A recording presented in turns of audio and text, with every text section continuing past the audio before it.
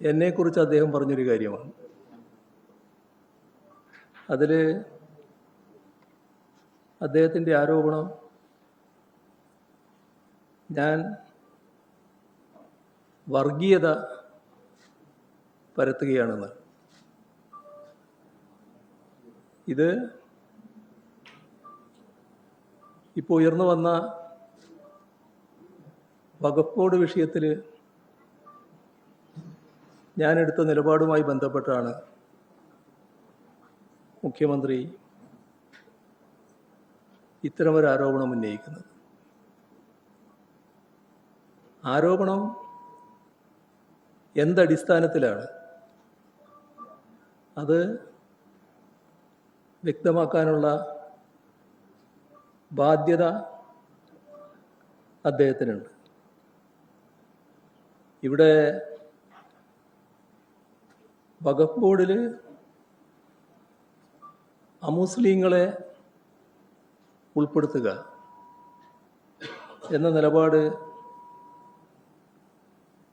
BJPയുടേതാണ്. BJP നേതൃത്വം കൊടുക്കുന്ന കേന്ദ്ര ഗവൺമെൻറ് കൊണ്ടുവന്ന നിയമഭേദഗതിയാണ്. ആ നിയമഭേദഗതി BJP ഇതര ഗവൺമെൻറ് എന്ന നിലക്ക് ആദ്യമായി അംഗീകരിക്കുന്ന ഒരു സംസ്ഥാനമായാണ് കേരളത്തെ ഇപ്പോൾ UDF സർക്കാർ മാറ്റുന്നത്. അതായത് കേന്ദ്ര ഗവൺമെൻറ് കൊണ്ടുവന്ന നിയമഭേദഗതി അംഗീകരിച്ച്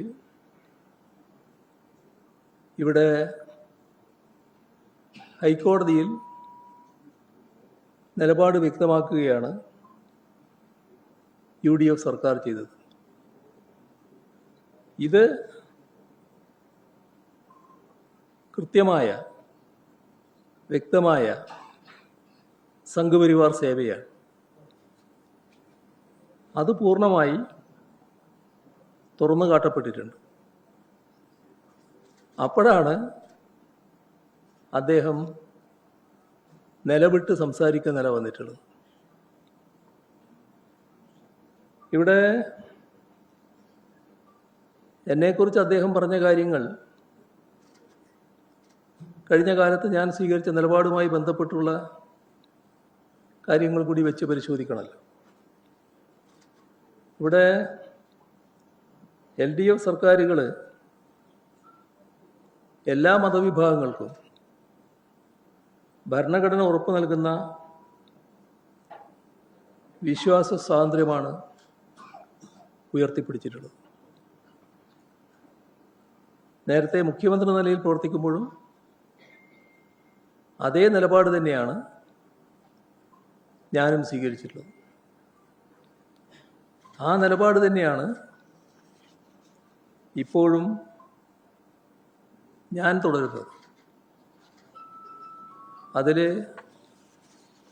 അണുകിട വ്യത്യാസം വരുത്തിയിട്ടില്ല.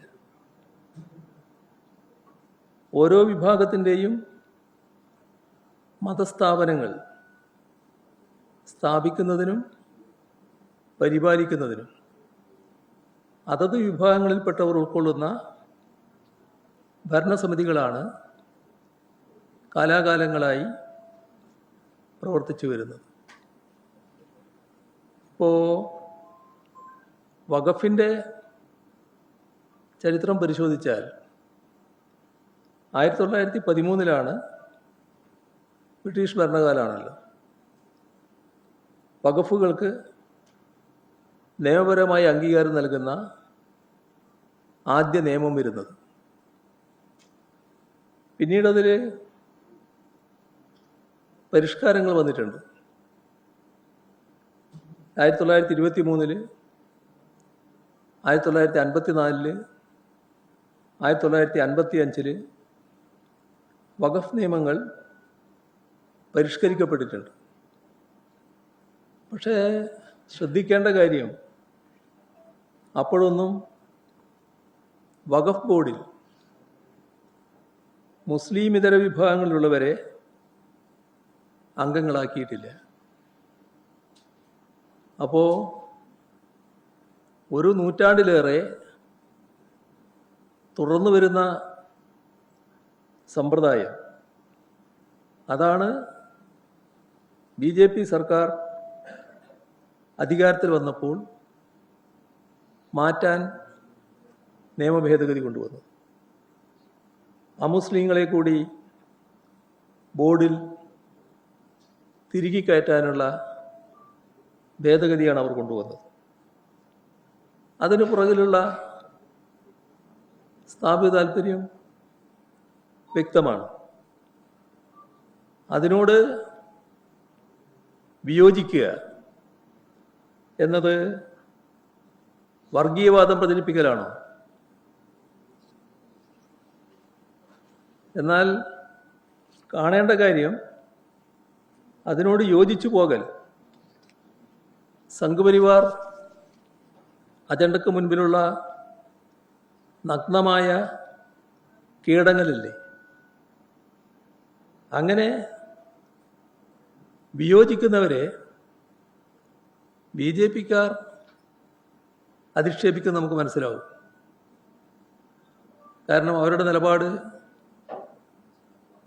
വർഗീയ നിലപാടാണ്. എന്നാൽ ഒരു കോൺഗ്രസ് മുഖ്യമന്ത്രി BJPയുടെ നിലപാട് സ്വീകരിക്കാൻ പാടുണ്ടോ? ഇവിടെ ശ്രദ്ധിക്കേണ്ട ഒരു കാര്യം, വഖഫ് ബോർഡുകളിൽ അമുസ്ലിങ്ങളെ ഉൾപ്പെടുത്തണമെന്ന ഭേദഗതി കേന്ദ്ര സർക്കാർ കൊണ്ടുവന്നപ്പോൾ ആ ഘട്ടത്തിൽ തന്നെ അതിനെതിരെ സ്വാഭാവികമായ ശക്തമായ എതിർപ്പ് ഉയർന്നു വന്നിരുന്നു. ഒരു മതവിഭാഗത്തിൻ്റെയും പ്രശ്നങ്ങളിൽ ഇത്തരമൊരു സമീപനം സ്വീകരിക്കാൻ പാടില്ല എന്നുള്ളത് തന്നെയായിരുന്നു. അതായത് ഒരു മതവിഭാഗത്തിനെതിരെയും ഇത്തരമൊരു കടന്നുകയറ്റം പാടില്ല എന്ന മതനിരപേക്ഷ കാഴ്ചപ്പാടിൻ്റെ അടിസ്ഥാനത്തിലാണ് രാജ്യത്താകെ ആ എതിർപ്പ് ഉയർന്നു വന്നത്.